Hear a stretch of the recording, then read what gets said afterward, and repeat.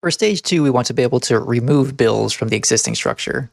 So to do that, we could use a vector, but I think now it's easier to change over to a hash map. So we're going to change our inner vector in the bill structure to a hash map. And it'll be keyed on the name of the bills. So we'll use a hash map. We'll also need to remember to use the hash map from the standard library. So you can use the hash map from standard, collections, hash map. Now that we're using a hash map for our inner bill structure, we need to make a few modifications to our existing functions. So when we create a new one, we'll have to use hash map new instead of the vec macro. We'll also have to use insert instead of push. So push is for vectors and insert is for hash maps. So we'll insert and we'll take the bill.name and we'll make a copy of it by using toString. Then we'll have the actual bill itself. So we're keying the hash map based on the name of the bill. And then for get all, we'll also need to make some modifications. Instead of just iterating over the entire collection, we're going to need to access the inner collection and use the values function, which only accesses the values, which are the bills, and ignores the keys. And if we collect those into a vector, that should check out. So now that I've made these changes, I'm going to do a cargo check just to make sure that everything works out. So we'll do a cargo check, and everything works fine. Next, we're going to create the functionality to actually remove a bill. So we're going to name it remove, and we'll take a mutable reference to self since we're making modifications. The bills are keyed based on the name of the bill, so the user will need to enter the exact name of the bill in order to delete it. We're also going to return a bool that'll indicate whether or not the deletion was successful. To delete, we're going to use the inner hash map, and we're just going to call the remove function on it. The remove function actually moves the value out of the hash map completely and gives it back to you. So right now, if we were to look at type annotations, we would have an option bill when we call this function.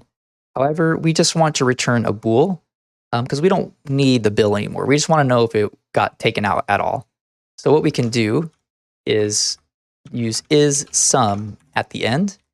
And what that's going to do is it'll be true if we do have a value here, and it will be false if removing failed. And so that way we'll know if we remove something or not.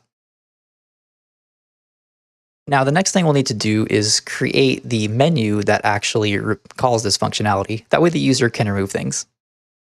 So we're going to go down into the menu module, and we'll create a new public function. And we'll call this one remove bill. And it needs a mutable reference to bills.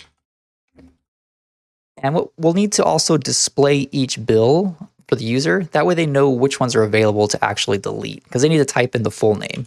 So we're going to go for bill in bills.getAll, and we're going to print it out. So we can just copy this. Next, we need a message for the user so they know what to do next. So we have enter bill name to remove. That way they know to type in the name for removal. So we're going to get the name. We'll use our trusty get input function that we've been using so far. And if we get a name, we'll use it. And if not, we're just going to exit. That'll exit out of this particular function. Now, if we do get a name back, we're going to try to remove it. So if bills.remove is successful, we're going to print out a message, bill removed. And if it's unsuccessful, we're going to print out bill not found. So just to look at this function as a whole, we first iterate through each bill and just print out the bill information. That way the user has the information available. We give them a message. That way they know what to do next. We use get input to get the name of the bill. So if we have a name, we'll take it and put it in the variable. If we don't get a name, we're just going to bail out of the function. Once we get to this point, we can try removing the bill by using .remove. And that was the function that we created earlier. And all it needs is the name of the bill. If this is successful, we'll print out bill removed. That way the user knows what happened. If it's unsuccessful, we'll print out bill not found. So they can try again if they need to. The next thing we'll need to do is integrate this menu within our main menu. So let's go down to the main menu and we'll create a new match arm. So this will be remove bill, and we'll remove bill function that we created that's within the menu module, and it needs a mutable reference. We'll also need to create a new main menu variant. So we don't have one yet for remove bill, so we'll add one. And that'll be menu number 3. And we'll change this. That will be remove bill. And then finally, we need to actually expose the menu to the user so they know which menu they can pick. And so we can have remove bill. So now when they do 3, they can get the remove bill menu ran and attempt to remove a bill.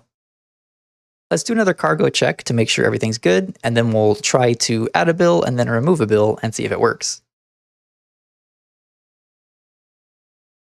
So everything checks out. So if we do a cargo run, we'll add a bill.